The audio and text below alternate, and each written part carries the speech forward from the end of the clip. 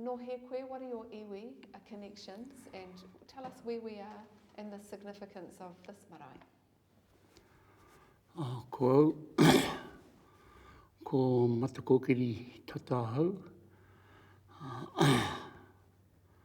No konei, no huri e marae, ngai tamarau o te hapu, ngā tirangi nui te iwi. I nai nei, ke hea, anei te whare tupuna a tamatea pōka e whenua. Ai, koe nā. Kia ora. Take us back to the late 1860s. We're talking about the New Zealand War period. We're in Waikato, and Tauranga Moana knows that the Crown's coming, or the colonial soldiers are coming. Give us an idea of what might have been happening at that time with Māori here in Tauranga.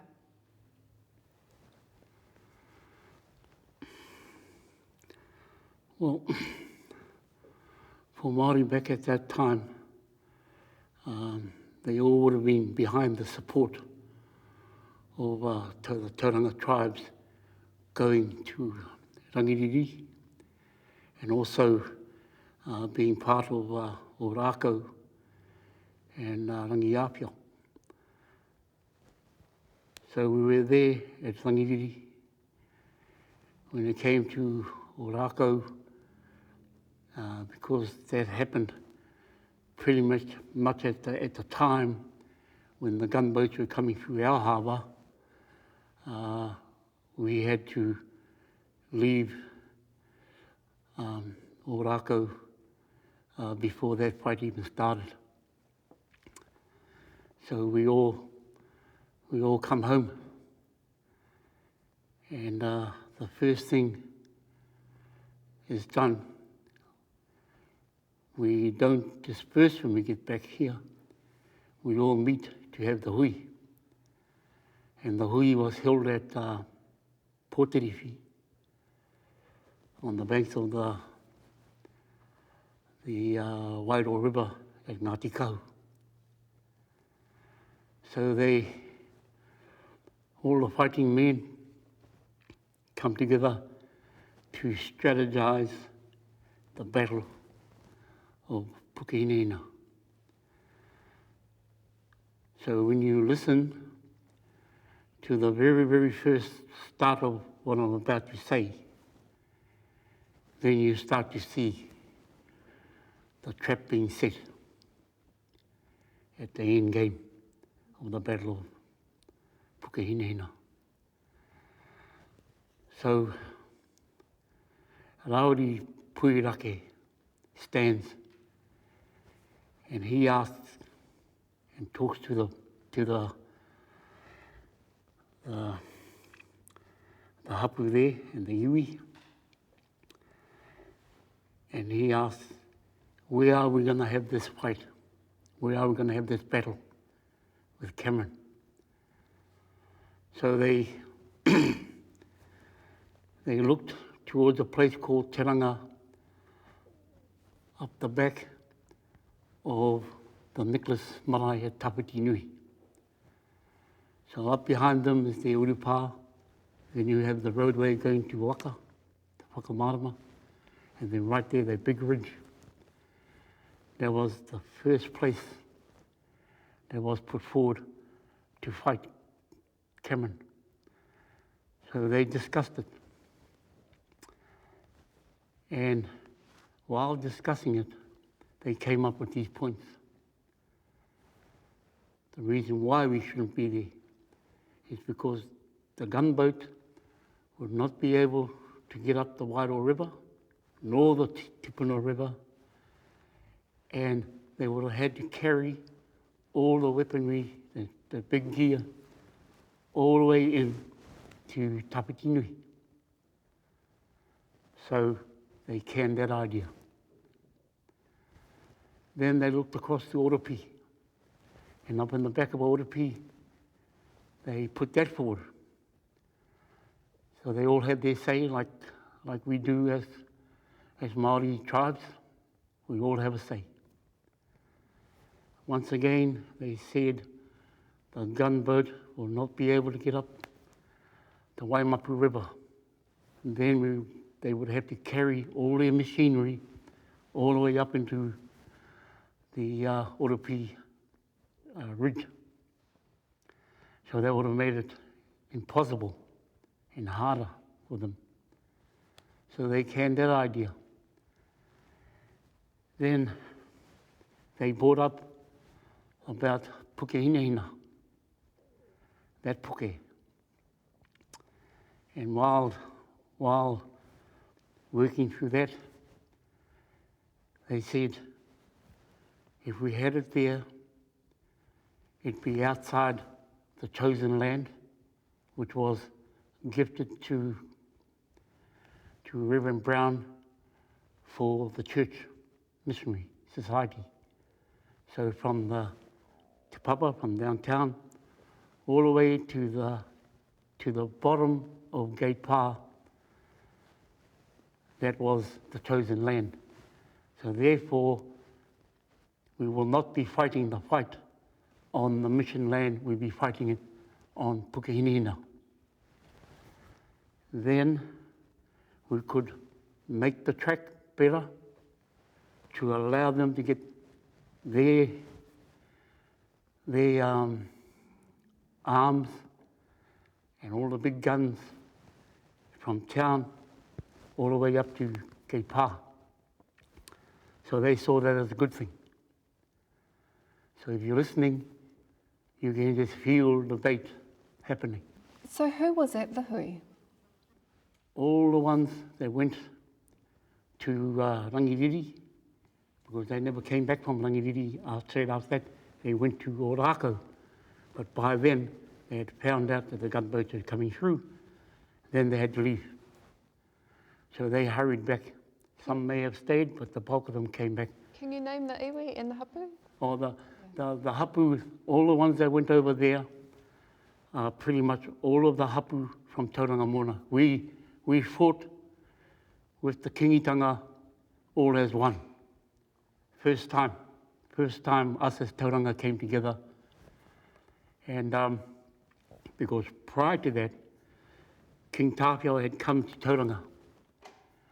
And he did what we needed here, was to cleanse the whenua, because it wasn't in a good state spiritually. So he came here just after Potatau had passed, about a couple of years after that. Then he came here and he went to Rangiwaia, Matakana, back to Ngāti Hangarau, back to us. And what he did for us is a waro just down here. And that's where we used to trample the dead. He came back and did that for us. And all those other places. Then he crossed over the harbour. He went to Romai, Tau Whakatiki, and over to Tamapaore, and then to Ngāti Tapu at Matapi. So those are the things that he had done for us. Then he came home, went back home, and then that's when we started to fly the King's flag. The majority of our hapu in Tauranga was flying the King's flag. So there was a connection with Waikato through the king, because he was doing the cleansing of the land following the musket wars and all that. Prior to the battle, yeah. yes. So I know that it sounds really simple to you because you know who was there, but just for the audience, can you just name those hapu and those iwi that we were talking about? The hapu we that talking were about? at the hui, who were at that hui to prepare for puke hinahina. Yeah. Well, they were the representatives. They went over to help the kingitanga. And all of the hapu from Tauranga all joined that campaign. So when I say all, I'm talking all of Ngaitarangi, all of Ngāti Ranginui, and Ngāti Pukenga. We all went over as one unit to help. So every hapu was all involved from Tauranga Moana. And at that stage, did you call, or were there other iwi from outside of Tauranga that decided to come and help as allies? Not that I know of. And you're asking about, did anyone else come with us to go there? No, it was only ourselves, along with Waitaha. Along with Waitaha. So, but we can't cancel Waitaha out as being Te Aroa. They were Tauranga Moana hard, because they lived here. So they also came. What else was decided at the hui? So when we all came together to do the planning, and I just got to go back to the planning, to the planning before we even start the fight.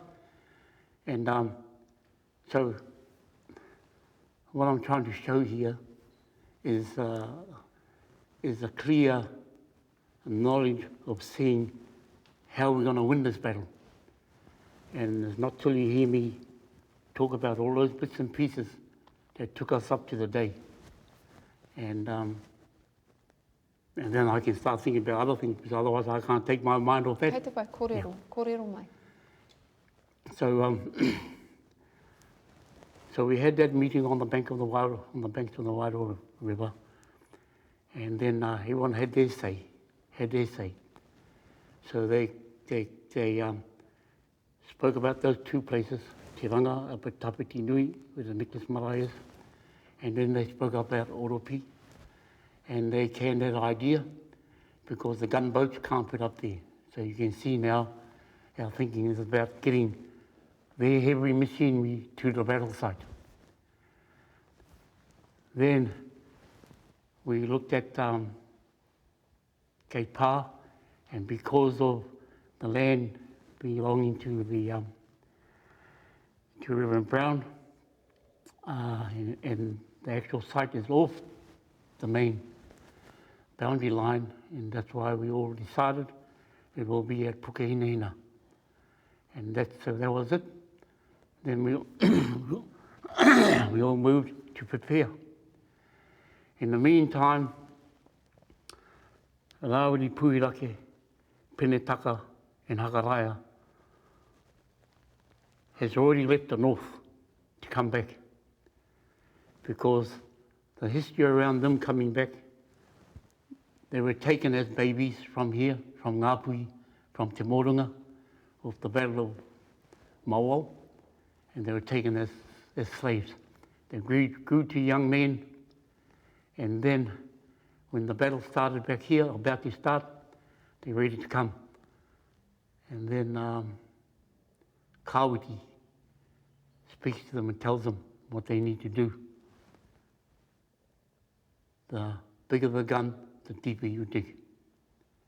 So he gave them those elements to ponder about, and also to make sure that the safety, because the trenches were done in such a way they were hard to collapse, because they had a big gun there, they had a 110 pounder, and they were certainly going to crush it. So they had to make sure they made the battle site away from the fall, well away from the fall. So you could fly in the 110 pounder, you could hit here and no damage. As you get closer to the top where it's finer, then you can do more damage. So that's the point where they were told to take that point away from the front, so as you don't get any effect on that big gun. So those are all of the things that they studied and worked out when they come down, and when they come back down, and then that's when they had their meetings. And then they all decided that it'll be at Pukehinahina, and then they started to prepare to get the job done, to do all of the digging and all those sorts of things. What other advice might have come from Kawiti about the design of the pa? Whether or not it came from him, but certainly I don't think it came from here, because on on the par side, while they were doing the palisades, below the palisades at the bottom of the ground, then you've got a gap, and then the palisades, they used kōrari, the plaques so high, they cut it off so, about a foot or more from the roots. Then they planted them back in the ground, just below the palisades, so they could see out and couldn't see in. And so those were one of them that would have had to come from the north, because we hadn't seen anything like that here. And also the other was when the pā was, the key was to get them in the pā. So everything around had to fall down. So the palisades were to look, intimidating, but at the same time, they must fall. So they did the palisades to the pressure of what they had. And when they did start firing, those palisades fell down and was flattened. And then in the trenches, because they knew how the British fight, because they knew that from up north, so they all marched forward in a line. So when they told to attack, they start to march forward, the whole line, and they get to the top, and then fire. So and they knew that, you see. So what they did was, this is another one that came from the north again, was the smallish manuka tied together. They ran that through the beginning of the trench at one end and took it all the way through to the other end. When the British troops took their first steps forward, getting closer and closer as they were walking forward, everyone from the trenches came out and stood below the main trench. And right below there was that manuka. They went from one end to the other. They all had a toe on it and had their rifles ready.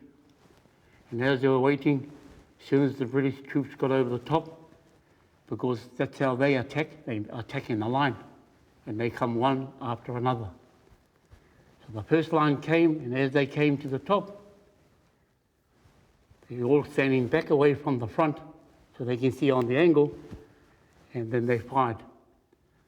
So a lot of them were shot from under the feet upwards, and they all fell on them. So when they fell on our warriors, then it became a problem. Because can you imagine, a whole lot of men falling, so you had to get past them, you had to reload. So the dead British troops became a problem because they had to get ready in literally a minute because the next line was coming forward. So they had to hurry to do that, then got back and got through the dead to get back on top to be ready again. And then they had the chance to do it the second time. And then when they did that the second time, and that's when, at that time, some of our men at the eastern end started to go out for whatever reason, and I still don't know why, unless that was part of the plan. So they started to go out the eastern end. On the eastern end, they had 100 men out to the right, another 100 behind, and so on and so on and so on, to lock us in. And then there was 700, and then the other 1,000 was sitting out the front, ready to get the orders. So I hope I've explained that well. Mm. So some of us are going out. They get there, then that 100 that's sitting out that side come in and turn us back inwards. So when we turn back inwards to come back down, back into the trenches, what the British troops see, all they see is a whole lot of 100 Māori coming in from outside. So they turn and they run. And this captain, in his diary, and that's where I got to read it, he went back to tell General Cameron that they're dead, until he saw the British troops running back, and then he realised they were being shot at, and he threw his spyglass down, went back into the tent, and he started to sob. So this is the captain's writings, not mine. And then he clears himself, then he comes back out. Tells the captain, go over and tell them to ring the pa. So they put the ring around the pa. And then they waited for the night. And during the night, while it was raining, it was dark, and the wounded, we couldn't get out because we were locked in. So one thing that happened that I thought, how did that happen? What happened was the night went still, the fog dropped, they spoke to each other, those who could walk can come. Those who got pain and couldn't make a noise, you got to stay. So they all got together and they all came out. Now, the British troops were all lined up, pretty much could touch each other. So they ring the pa, you couldn't get in or out. So that's how they locked us in. But during the night, we made our plans to move out. And one by one, and carrying the wounded, if they could be moved without any cries, then they could go. But if they couldn't do that, then they had to stay behind. So that's what happened that night. They all went out. When they had the inquiry over this whole thing, all the British troops says, no one came past me, no one came past me. And then when they went in the morning, we were all gone, except our wounded. And those are one of the things, some of the things that happened that evening to get us out safely. And we did, and carrying our dead with us. So they named that place where we went out the Valley of Te Auetu. The screaming cries, it can't be heard, but the pain. And that's how we know where we went out. I wondered if we can just whip back to the story about the Manuka Taura.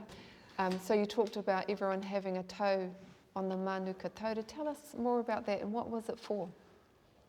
That was to fire 240 guns at one time. And when they shot at one time, there's nothing can beat it. And that's what that raka was for. So you just had to stand on it lightly. And when Puirake called to fire, one of the warriors down below would pull it. And when he pulled it, that's what happened.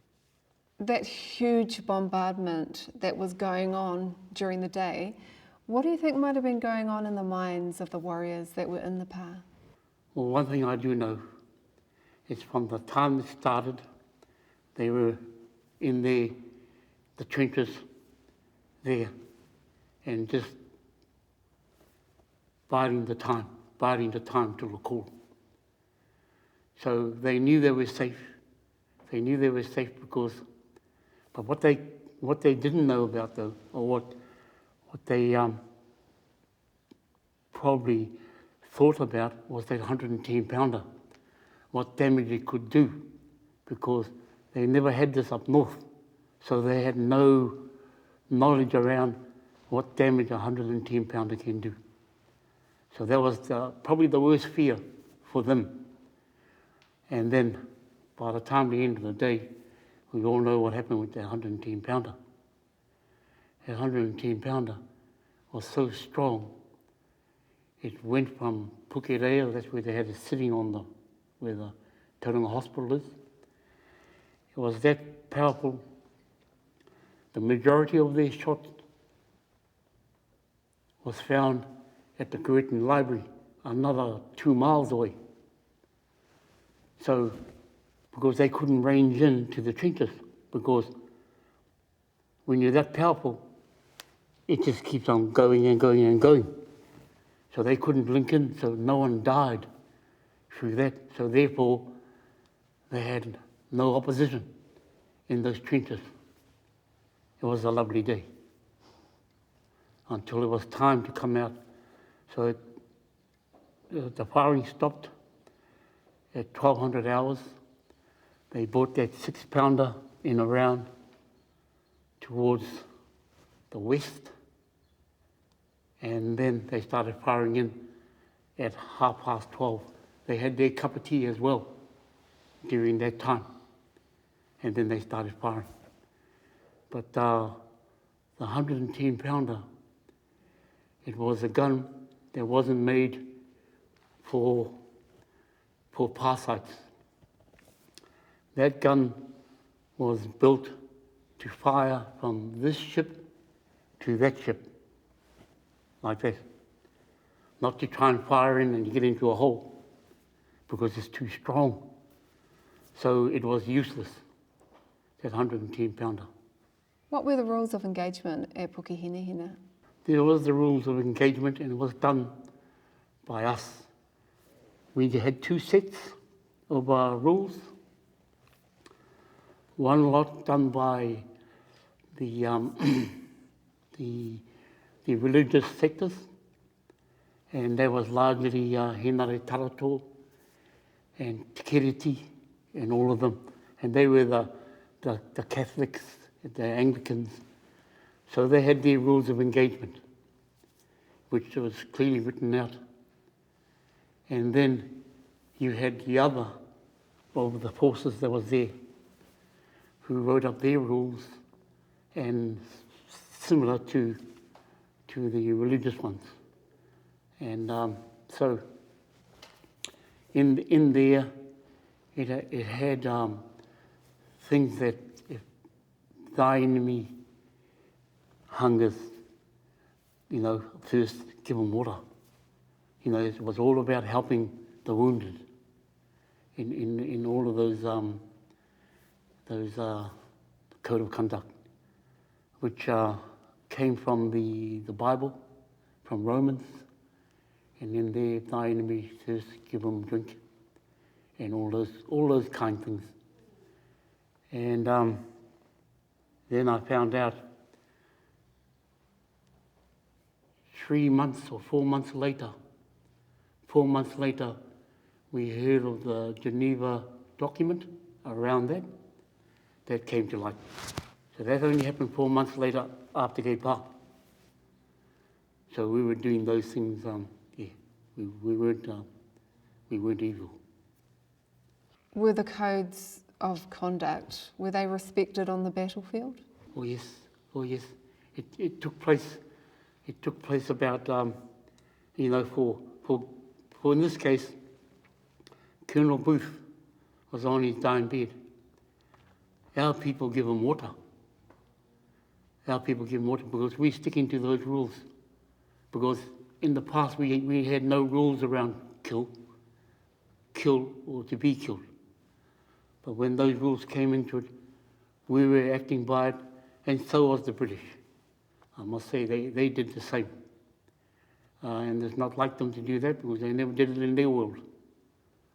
But our men, because they were religious, They wrote up the first lots of rules of engagement, and so did the other parts of the battle. There's a famous story in Tauranga Moana about someone giving someone water. Who was it? Yeah, when we talk about Tauranga Moana, who was the only woman there, and was said to have been giving the water. But in our hapu here, we say it was Te Auetu, that name we're talking about, where they got out. We say it was Te Auetu, our great grand auntie, and because that's why she got the name Te Auetu around all of that. Mm. So we have two conflicting, but that's our kōrero here from this marae, because she's ours, and her father was, of course, Koikoi.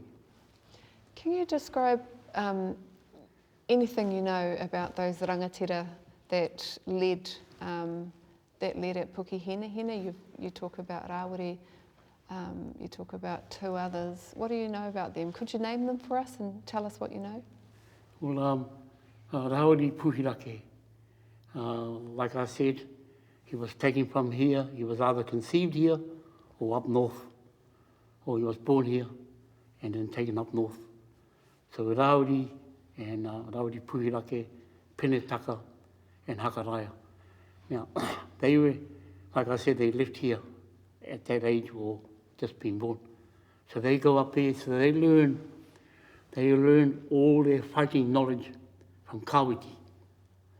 And that's why when they come back with the blueprint.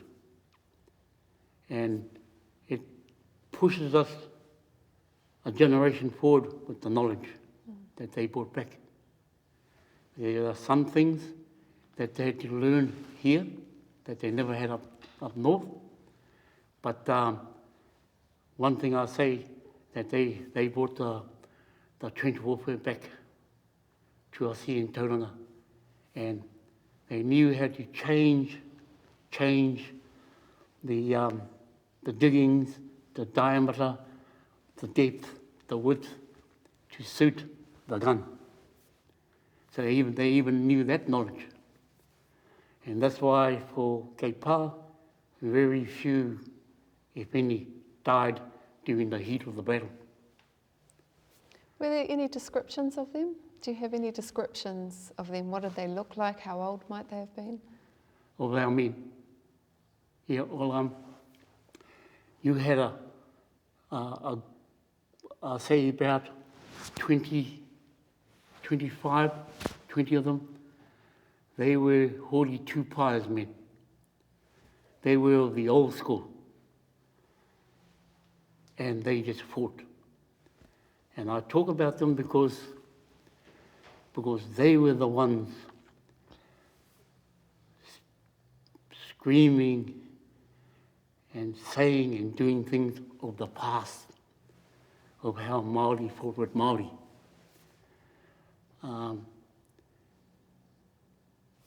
Kini, one of his men. See, Hori Tupai was put under house arrest, but his men was there. But they're old. And I'm just going by what I researched, is when you listen to them talk. And one part here, where one of our, just after the karakia, before the big guns came across, our people got caught during that fire while they were having karakia. So Rawiri Puhirake Tori wanted to get back down. But Hori Tupai's men, they won't go back down. So the inners of the person who got blown up flew and wrapped around this old warrior. And his name was Kini. K-E-N-I. And he was just one of them. So he yells out to Cameron, and he's yelling at them and telling them, see, you even feed me. Because the inners went around the gun, and he started to eat it. And I'm saying that's the old school of Hori Tupaya. And he only got that with them. Everyone had gone back down, not them. They're still waiting to fight. So they're forced to get back down, because we want to save you till the end, not now. So that's what happened. So they got pushed back down. So all of that sort of, those statements came from Hori Tupaya's members. Hori Tupaya was under house arrest. And then you had the rest of our people who never seen a battle like that ever before. And so they had to learn quick. But we're good learners. We just follow the other and do exactly what the other does. And that's the only way how our army works. Who was Hori Tupaya? Can you describe him? Hori Tupaya was the chief rangatira of Mihingarangi, and also Taupao. Came from Taupao. But he was one of the chiefs who was selected as being one of the kings. He was one of them within those numbers they were looking at being king. So he was one. But anyway, he didn't want to be that, because he spoke about what about his whenua Motiti. That's what he was worried about. A bit like Ngāti Puro about their mountain. It doesn't move.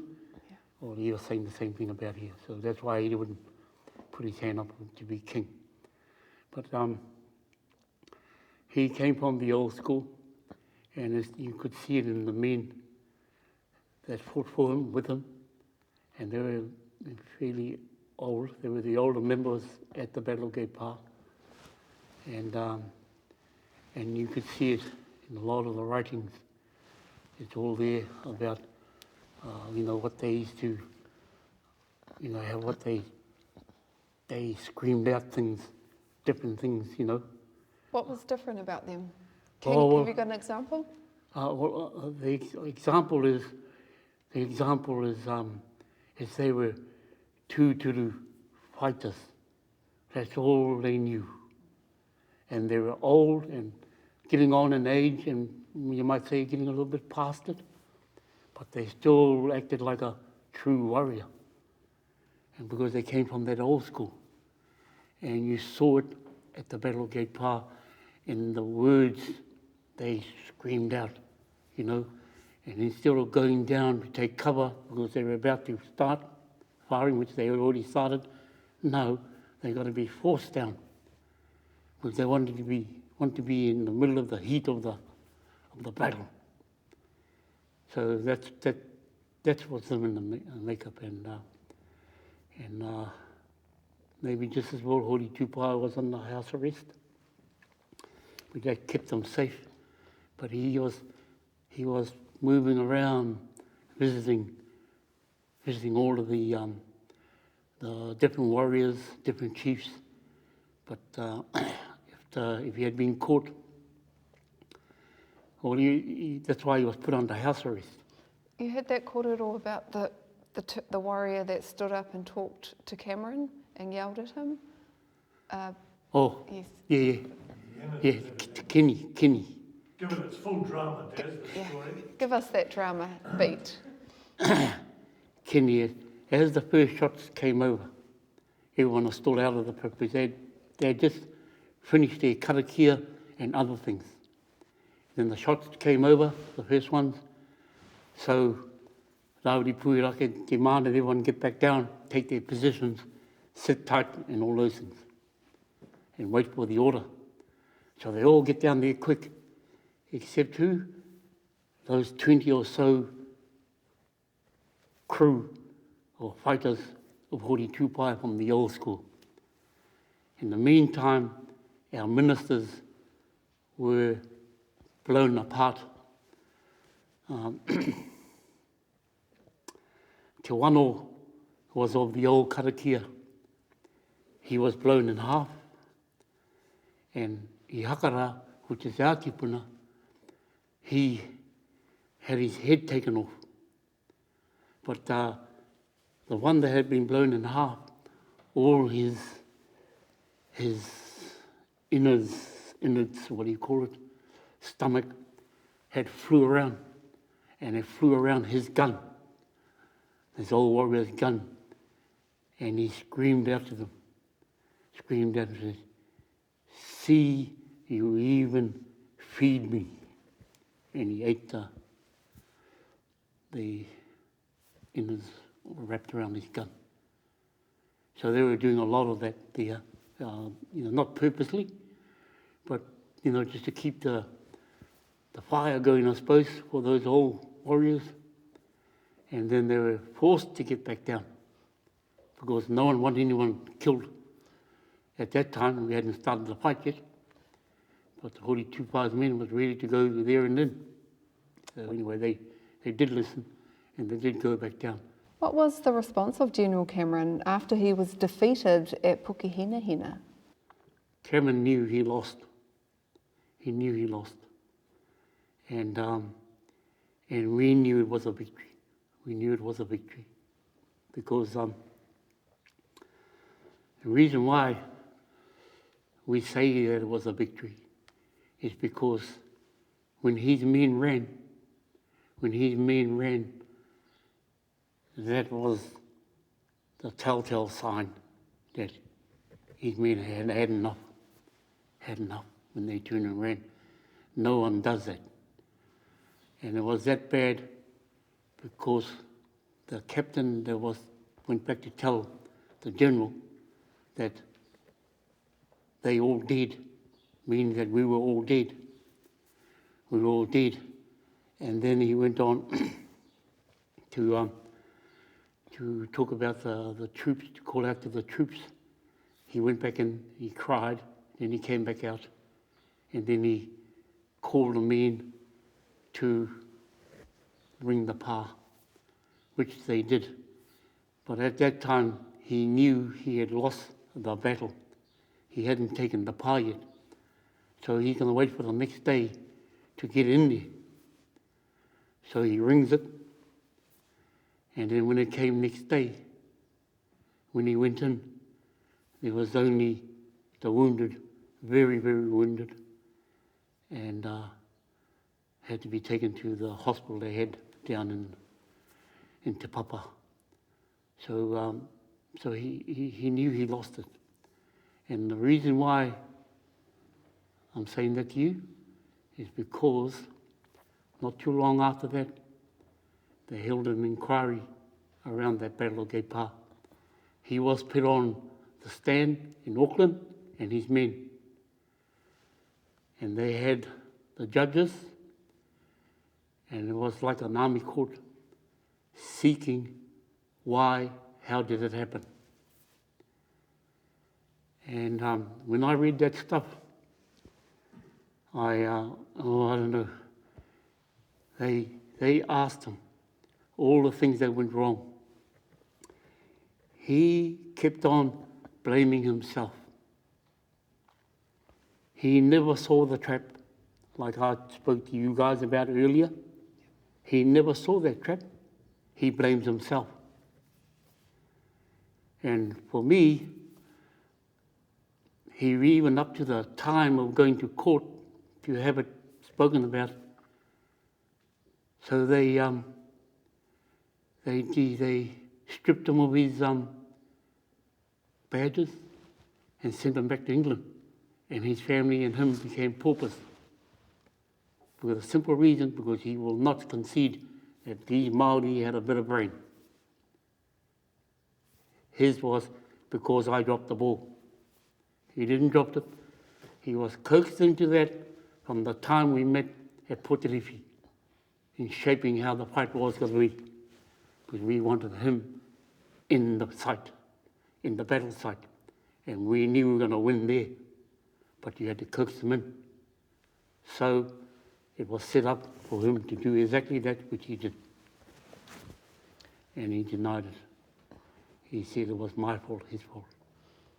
After those warriors escaped the pa, I think it was winter. Well, it was between autumn and winter, I think. What would they have done, and what happened in the next couple of months?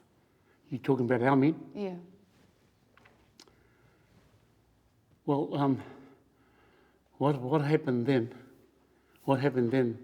They knew that there will be another battle, right? They knew that because they just got whipped. And sure enough, a month and a half later, came Tauranga. And at Tauranga, that there was set up in a way where we were something among our ranks within the tribes in Tauranga. We had 250 at Cape Pa. When it came to Tauranga, we had 140. The rest of the Moana had, for whatever reason, thought they had done enough, no need to fight anymore, we had enough. And when you look at those ones that had that train of thought, did well in the allocation of land. And the rest of us that fought there, we carried the can after that. So at the Battle of Tauranga, we took our lives. Took our lives because I can't understand why we took our lives, but all I can say is that we had come to a point, now just thinking that we had double amount. The Moana now had changed. There had been a movement among the tribes. And we got half of them now not there. The only ones that's left there is us. It's the Ranginui lot. And so that was, I think, for me, was enough from our fighters to take their death. Because they had no rifles, they had nothing there. And they walked out. When they walked out, the 400 British troops that were up at Tauranga just marched on, walked towards them, and we stood there marching forward and just took our lives, and we all died at Tauranga. So I can't understand why we did that, but certainly it had to do with the mana and the reason why it was done. Otherwise, why would you do something like that? The point is, we had no weapons because it wasn't time to fight. We got caught. We got caught there digging. And while our men were falling, one of the British troops leant over and said to one of our men, "You could see that we were an overwhelming force. Why didn't you stop?" Well, they had no guns. So what they meant, why didn't you stop walking? And then that's when he says, "Me mate ahau mo te whenua." And they died there. So that was the sad part for us at that battle. So we all retreated. That we had families there. I know we're going off point, but as I add on, you asked the question, so we moved up. So what had happened then is that the women and children were there because we knew there was no battle. We were digging. But when they found out, which they were told, that we were digging, someone had went into Camp Te Papa and told the captain there, the general there, what was happening up at Tauranga. So they got ready and they marched out with 400 men and one 6-pounder and 400 men. And then they marched on us and caught us all there with the kids.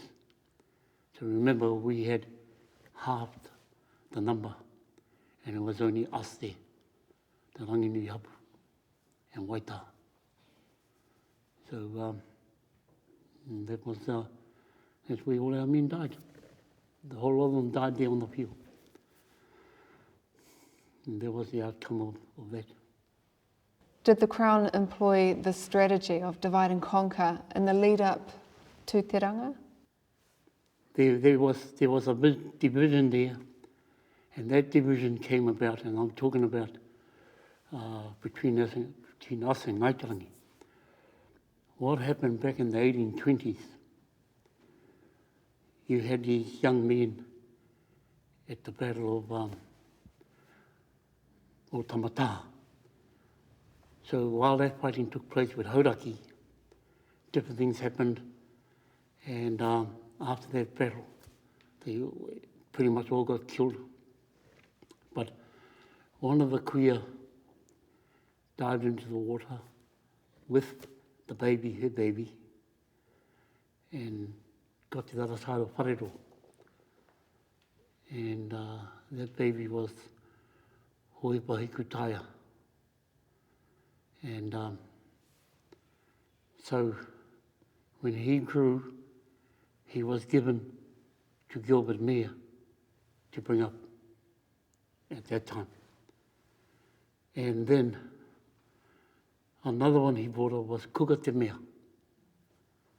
So you had that generation from the 1820s brought up by the Mea family.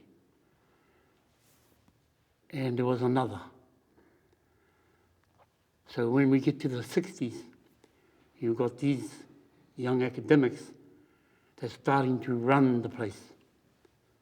So they become it with the Crown. So the Crown had a good, good voice among them. So a lot of the deals were cut by them. And a whole lot of angst in Tauranga Moana was done by them because they were used by Gilbert Mayer and the Crown. So that's pretty much the real knuckle of this, of the big problems that we had to come after the battles, was through those young men that became the academics for Ngaitarangi. And it was sad. And Matua, what happened to your whenua? After the battle, they brought in the 1865 Lands Act. So what did that act mean? That act allowed them to cut the boundary, the outer boundary line of Tauranga south. It went from Wairake to Tāne Wainuku, Puwhenua, Waianuanu, and across to Mount Te Aroha and down to Little Waihi, to a place they call Ngā Kuri a Pare, ki Wairake. That was the boundary. So they surveyed that. Once they had surveyed that, then they started to cut up the interior. And when they cut it up, it was three parts. From town across the other side, it was called, there was an act they put into place if you wish to sell. That was the act was all about, if you wish to sell. And then from the harbour, across us, towards the Wairoa, in between there became known as the 50,000 acre block. That was the jewel in the crown, and that was the mass land that was confiscated. But not till I finished the rest off. Cross the Wairoa River, cross the Tipuna River, and then you end up with the Tipuna Kati purchase. So those were the three elements.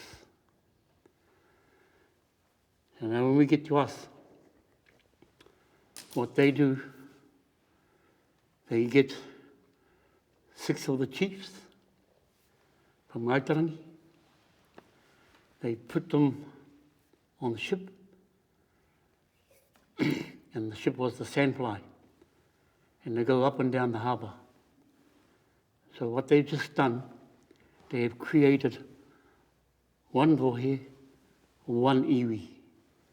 All the other iwi, there was Waitao, there was Ranginui, and there was Pukinga. They were meshed into one, to being Ngaitarangi. So I'm Ngai Tamarawaho back in the day of Ngaitarangi. And that's how we were treated right up to 1856, when we had the opening of this house, when Kingi Koriki came here. And him and our uncle Maharaya put together a plan. How do we get Whanginui back into the fold? So, King Koriki and Te Puia tells them to build a whare, tamatea pōkai whenua. So he builds it. Not this one, the one before, or one before that. So they build it. Come to the end of the build, all going good. And I spoke about Henare Toka 2 years, and his wife Mere, who was part of that adult education thing in Auckland, where Maha was teaching. He got them to come down to teach us how to kao. Once it was finished, then King Koriki came over to open the house. So the plan was for Maha to send the pānui out to the chiefs, the motu, to be here at this opening. So the opening begins. They start the ceremonial things that had to be done to open this house. And Kiaki Hira, the tohunga for the king, he opens our house. Once that's done, and then come daylight, and we have our court there then. And then, now I'm too young to know, but I've learnt a lot. But I've seen photos. So after breakfast, they have a hui. And there's 2 tables sitting in the middle of the ātea. And the motu is all around. And they pass a resolution. Resolution 2, it's called. That Ngāti Ranginui as of today exists because of this whakapapa, this tupuna.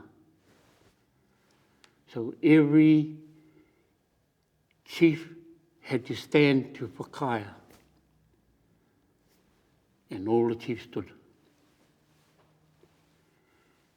And that was the first time for us under the tikanga that we had been brought back into the fold as being Ngāti Ranginui. And that was done by our king. Kia ora. And that was a great, great time for us. We exist. Cool. So putting that behind us, then we had to be acknowledged by the Crown. Just because Koroki did what he did here, we still weren't acknowledged by the Crown. And not till the Rūranga Iwi Act, got it? When the Rūranga Iwi Act, 1987 I think it was, when they came into being, we were onto it. We send our application through, then we become legally, in the Crown's eyes, Ngāti Rangi Nui. And then the Rūranga Iwi Act came into being, and then you had all the Rūrangas. Now, we had a problem, the young ones had a problem with going under that act, because we're saying the treaty is signed by ngā rangatira o ngā hapu, not iwi. So the old fellows had to tell us, settle down, settle down. We're not even a iwi. This is why we're going down this path, to legally bring us back in. So that was it. The application went away. Now we are Ngāti Ranginui in 1987. So those are those actions that have come about through the kingitanga in our existence. I'm going to take you back to Te Ranga. What's your sense of why your tupuna decided to walk to their death instead of turning and escaping to fight another day? You know, I've spoken to others of ours and the older ones. Why? Why? And so I was talking to my dad, and I said, why do you think we did that? If we knew that was going to happen, and we knew that was going to happen, why didn't we just turn and wait for another day or whatever? And then he says, you must remember, you've got to put yourself in that space with our people, in the mentality we have around battle, right? And he says to me, it's not about just winning or losing the battle or having a fight for the day. It was also around, you know, showing this was between us and the Crown, eh? It was only, he's saying, it's us showing ourselves to the Crown. You know, we signed a treaty, and this is what you do to me. And he's saying, it hung on that, on the treaty. Is that how you treat your treaty partner? And that was my father said to me, it was around the treaty. So we took our lives, because we hung our hat on our signature to the treaty.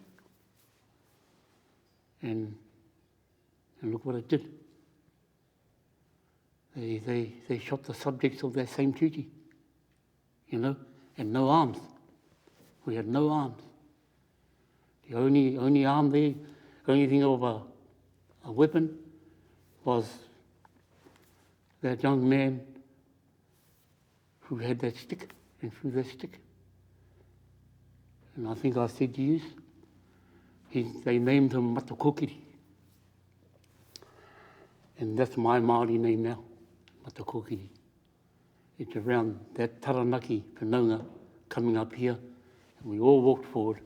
He walked forward, he throws his weapon, which was a stick, and hence the name Matakokiri. At Te Ranga, you know, when the whānau were digging and preparing themselves for the next battle, why didn't they have their weapons? Oh. They never had their weapons because they were coming together to dig the new trenches, the new style of trenches. They were different to Cape Pa. They were 12 yards long, 2 yards wide or more, and they were done in the quarter moon. You have a gap, soil, and then another 10 yards of, and by the time it was shaped, it was into a quarter moon. And that was to stop the ranging in of the gun. It's hard to range in to something that's like that, but if it's like that, it's easier. So that's why we did our trenches different there. And the other reason also was the kids were all down, the old people were down that could walk and could help. Remember, our numbers had dropped from 250 down to 100 that was there that day. So we only had ourselves now. And that's why all the families played a part in helping with the dig around that place area, that area there. And when they started to fire, that's when some of the children got caught and died there. And some of the older ones too, they died there. So to move things along, they took them out. They went out of a place called Omataka. And that's why Hakaraya didn't want to fight there, because there was no out. So they went down there. If you look down the eastern side of Tauranga, there's about 100-foot drop. Well, that's the drop where the old people and the baby and the kids left. And I'm talking about ourselves and others. We left, went out the back, and then went back up towards the Taumata with Pice Bar schoolers.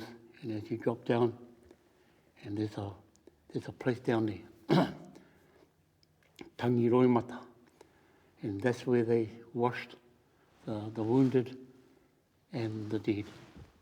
Then they left, went up to a place called Parikarangaranga and buried our dead from the Battle of Tauranga, because they're the kids and there's the families who were caught. They buried them there, and then left and went back up to Ake, where our home was. What's your understanding of how British troops discovered that a pa was being constructed at Te Ranga? There's two versions, and one is from the Colonel Greer, and Colonel Greer, and in the writings it talks about one of his men out duck shooting fairly early, 7 o'clock that morning, and they look across to where Te Ranga is, and they saw all of our people there. So he hurries back down to Camp Te Papa, to where the troops were, and he tells them that they're there. But for us also, there was another corridor for us, and there was around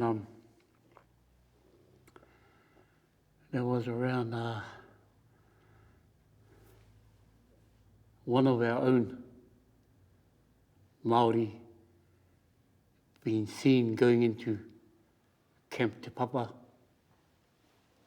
and saying, hit them now,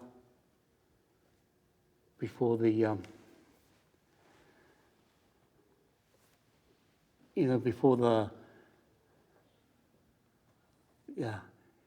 the ashes harden. You know what I mean? When the ashes get hard, you can't break it, hey? So that's what he said. Hit them now, they're up there, before the ashes harden. And that was carried into Camp Te Papa. And that's what they did. They hurried up, got their crew together, 400 of them, and marched straight out of Camp Te Papa and got there at 2 o'clock in the afternoon to catch us doing what we were doing.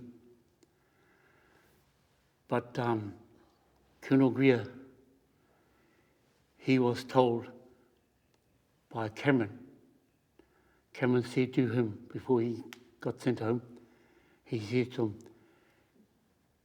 these Māori don't let them dig in, because once you get them in, you can't get them out.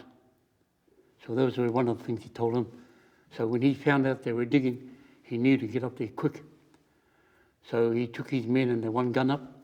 When he got up there, he was a bit iffy that, that they mightn't have enough men there.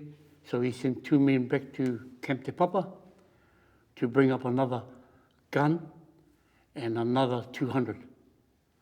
So they sent them back. So they just waited and waited and waited. Then he started seeing the soil turning orange. And he knew what Cameron said, don't let them dig in, you can't get them out. So he said to his men, attack. So they started that 6-pounder, firing it on the families and the men that was there. And that's when the family got out at Omataka. They named it Omataka, running and falling. It became that name later. But they kept on firing. And so it all went quiet. And then they kept on firing, and then that's when we stood up and we walked out to take our lives in the middle of Tauranga, about 30 yards out. And pretty much everyone died. And the one that lived was the one that had the raka. And that's when he said, me mate ahau mo te whenua. If I'm to die, let it be for the land. And so everyone was slaughtered there, except the families they couldn't get out. So that was one of the kōrero that someone had gone into Camp Te Papa and said, hit them now.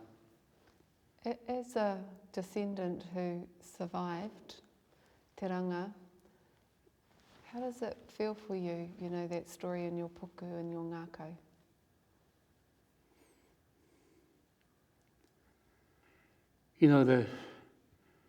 The sad thing for me is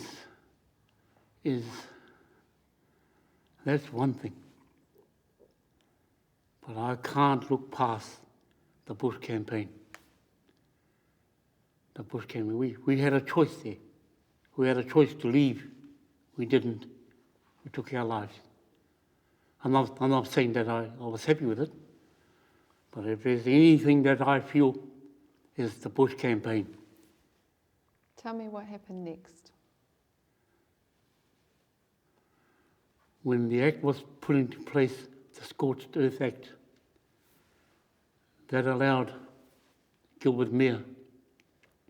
They gave him the pink slip. I call it the pink slip because it divorced himself away from the Crown. He acted as an independent. He was given the cash to hire 200 natives, 20 Ngātarangi natives, and 300 local militia, all under him. And all his atrocities they did to all of our marae, our papakainga, our kainga, to all of the hapu o Ngāti Rangine. They gave us hell. They gave us hell. And they, and that's why I say that's what hurts more. That's what hurts more because it really digs deep. You don't mind being part of a battle, but being part of legislation that allows you to be chased, raped, killed because of an act, and the rest of the country didn't know. But to pass the bill to allow that to happen, they knew in Parliament. They knew what was going to happen. So all I'm saying is that's our biggest mamae. And because we talk our stuff among our hapu, and if you talk to any of them, they would say exactly what I'm saying. that's the one that put us to our knees. Put us to our knees. And then after that was fight after fight, fighting the Crown, the commissioners, all of that. Petition after petition after petition. Untold petitions until we were heard in 1981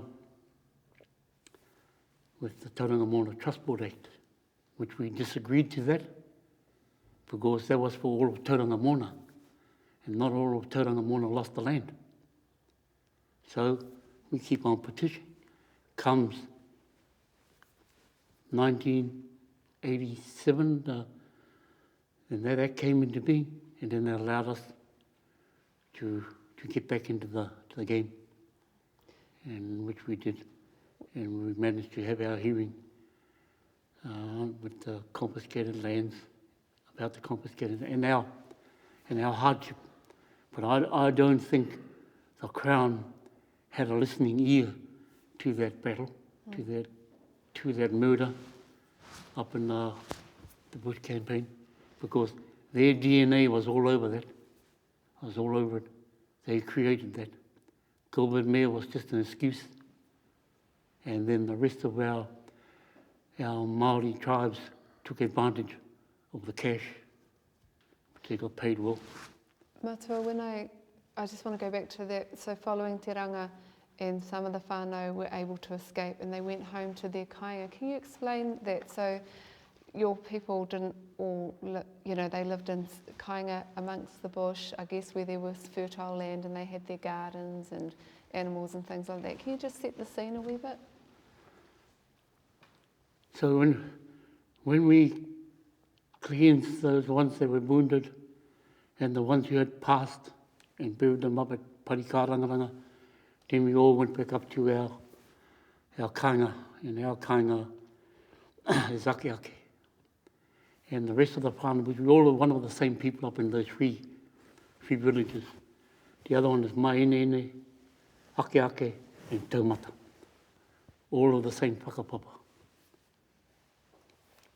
So we go back to ours. We go back to ours, and, where to from here? What are we to do?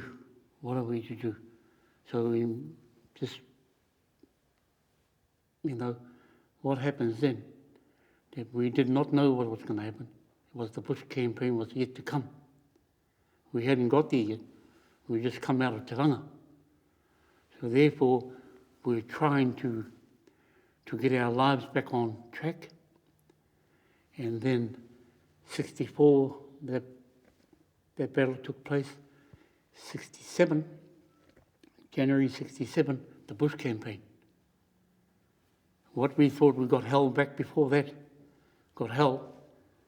Then 1867, when the Bush campaign came, that's, like I'm saying, that's where our mamae is, and still is there. We saw it all there. What was the purpose of that Bush campaign? The purpose for that was to shut us up, because once they had surveyed that line, all the other battles before was pretty much nothing to do with what was to come. So when they started surveying and taking us off our kāinga, that's when we turned, and we could not stop. We had to fight. So all of our families up there fought, and a lot died. Rape and pillage, all of that took place. Our gardens ripped apart. Hell rained on us for that 8 months. Some hapu, some marae, being dealt to 3 times. They would do it one night, 3 weeks later, come back and do it again, and a week later, do it again. And our marae, it's not a marae, our villages were done 3 times. Why did we have to be done 3 times? Why? But we were done 3 times, along with some others. So So you can hear the cry there, and it's still there. It's still there, and it's really grabbing on again for us, because we're about to present that in a week, 2 weeks' time, around the Bush campaign, which we're going to be having in the Waikato Uni. And what became of those kāinga? No one lived there until the whole Moana had stopped and the Crown had stopped harassing us, and then we came back out of the bush and went back onto the kāinga. So while there, in 1872, Tamarawa was seen for the first time downtown. You know, we had an inland and the beach and a seaside, you know, ownership as in tikanga of our lands. Well, this was ours here. It's recorded in the reports that the first time in 1872, from 1864, that Ngāi Tamarawa was now back in town. We were seen back in town. So that gives us an idea when we came down from out of the bush to start our lives off back here, where we are now. Who were the perpetrators? The perpetrators, like I say, Gilbert Mayer was given the pink slip to create his force. So he hires 200 Tauranga natives. He hires 20 Ngaitarangi. And he hires the local militia, the candlestick maker. That's become the, the weekend force we have here now today, the territorials.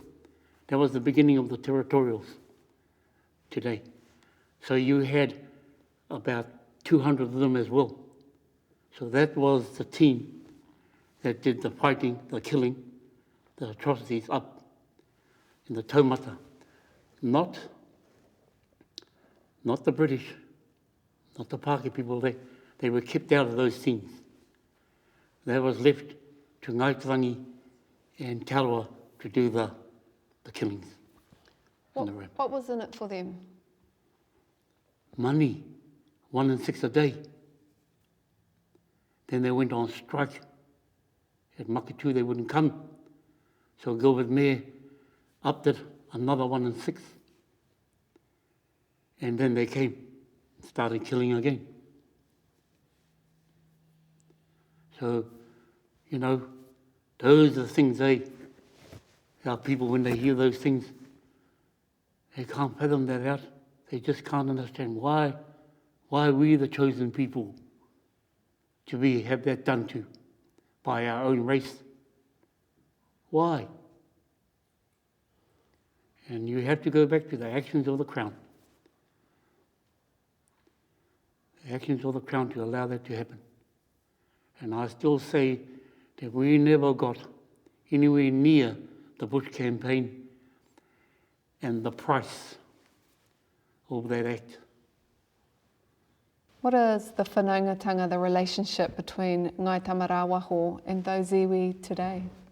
Our Tauranga relations, and I call them our relations because Waitā is Tauranga, Waitā is us, and we are them. And the point I'm about to say is, with those people, with Tauranga, they're very quiet, as if they don't know what happened, don't want to know, and so they don't even have an idea, and don't even want to have an idea. And even if it came up, they would say, "What? Who?" They don't know. And with our Ngaitarangi ones, they know, but they humble, they keep quiet. And so, because the reenactment of the Bush campaign is coming up, and because we putaketanga o te riri is the kaupapa, our Ngaitangi cousins are happy to stand back on the Bush campaign and not take part.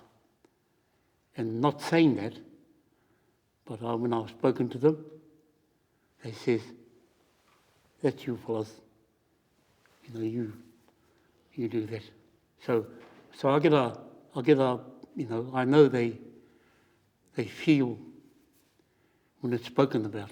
So it's best that, they acknowledge that by way of saying that's you fellas to do that, not us. How important is it that they acknowledge it? Oh, that's important. That's important because it reaches the ground then. It reaches to the next generation. Because what we don't want is generations going through thinking the wonderful things that their iwi did and no bad. And for us, we instill that into our kids. We instill that into them. Not to react, not to anything, but you just keep it in your mind. You just keep it there. We couldn't trust them then, don't trust them now. And that's how we are to them. We don't trust them. But we get on. We have to. Has the Crown properly acknowledged its role in the bush wars? Yeah, well, when we go back to the hearings, the Crown made up a whole lot of excuses to get them off the hook and putting the blame on this man, Gilbert Mayer, but they still couldn't get past the legislation. To allow him to do that legally, they had to have the legislation. Who put that through? Not Gilbert Mayer.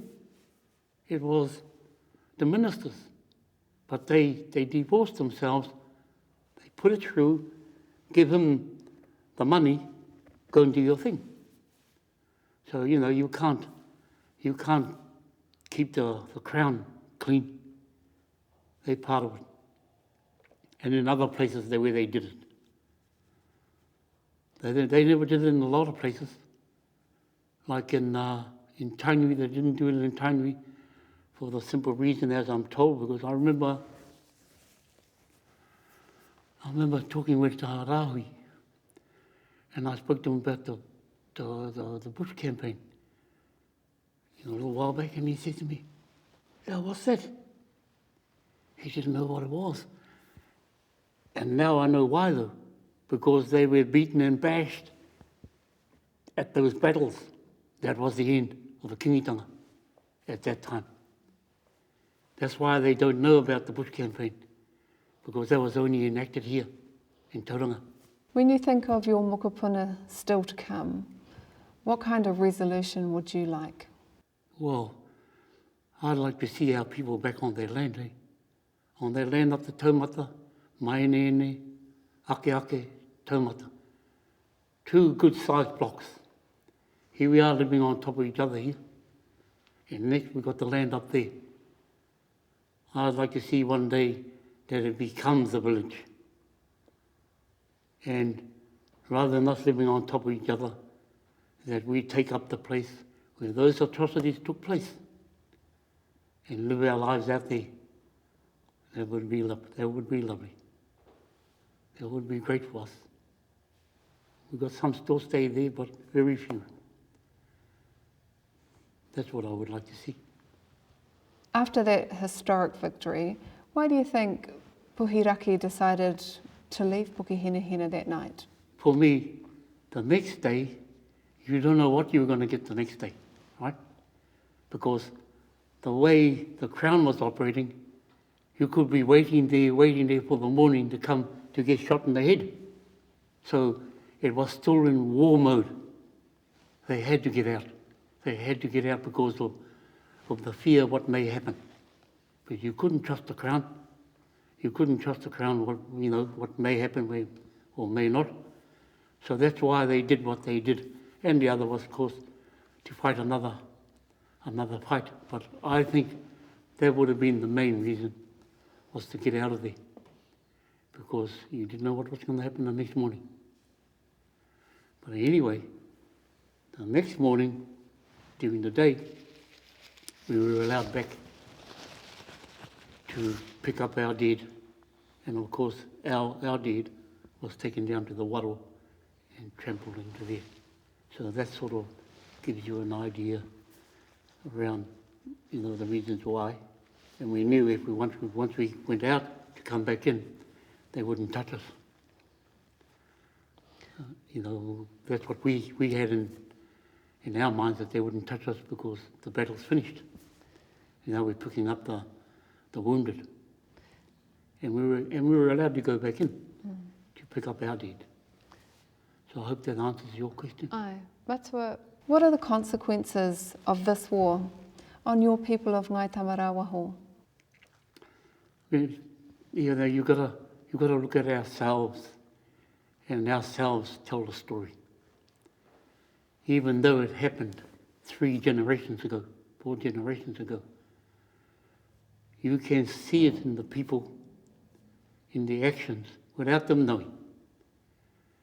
And you can see that anywhere where you go, where a village acts like that and brought up like that and was that at one time, you'll see symptoms of that.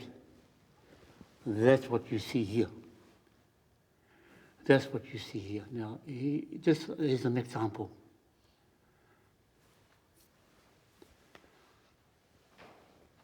If I called Kura and said something bad to her, about her hapu, you watch Kura. She'll react. That's how our people are. They will react because they're quick to fly. They're quick to fly. And all they're doing is holding space, what we were asked to do. Only us can look after, only us can take care of ourselves. And this is the reason why our women, especially our women, are like that. They react quick. And that's what I see in our people. So you're talking about the characteristics of the people, Yeah. but talk to me about, what happens when the whenua's gone? What happens when you've been attacked and ambushed and all those terrible things that happen to your wahine in the tamariki? Well, what happened after that? Our chief Koikoi said those words, only us can help ourselves, only us. So what do? Our generations, those 3 generations ago, they turn inwards. They turn inwards and start to marry each other. And when I look back, you can see why our chief said that. Because only us can trust ourselves. Only us. So he says that. So all his daughters and his sons, some of them had married out. But their children that came later, those are the ones that turned inwards and married each other. And that's why our gene in Ngai Tamarawa is thick. But when we got to the younger ones of my grandparents, my father is the younger one. Morihu, from his family, he's the younger one. Tiao Nepia, he's one of the younger ones. They all married out. They married out of the hapu. They were the first to marry out. So, I got a mother that's from Tuwhareto. And our cousins over here who married into their dad, Morihu, his wife, their mother, was from Rere Atu Kahia, Tamapariwa, which is Ngaitarangi. And then our uncle over here, William, Nepia, his wife, he marries out and marries into Ngaitarangi. But those are the young ones, eh?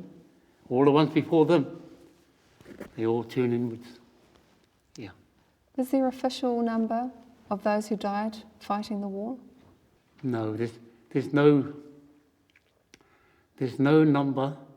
But if you wanted to take a count, is we guided by that reporter that came down, who put it into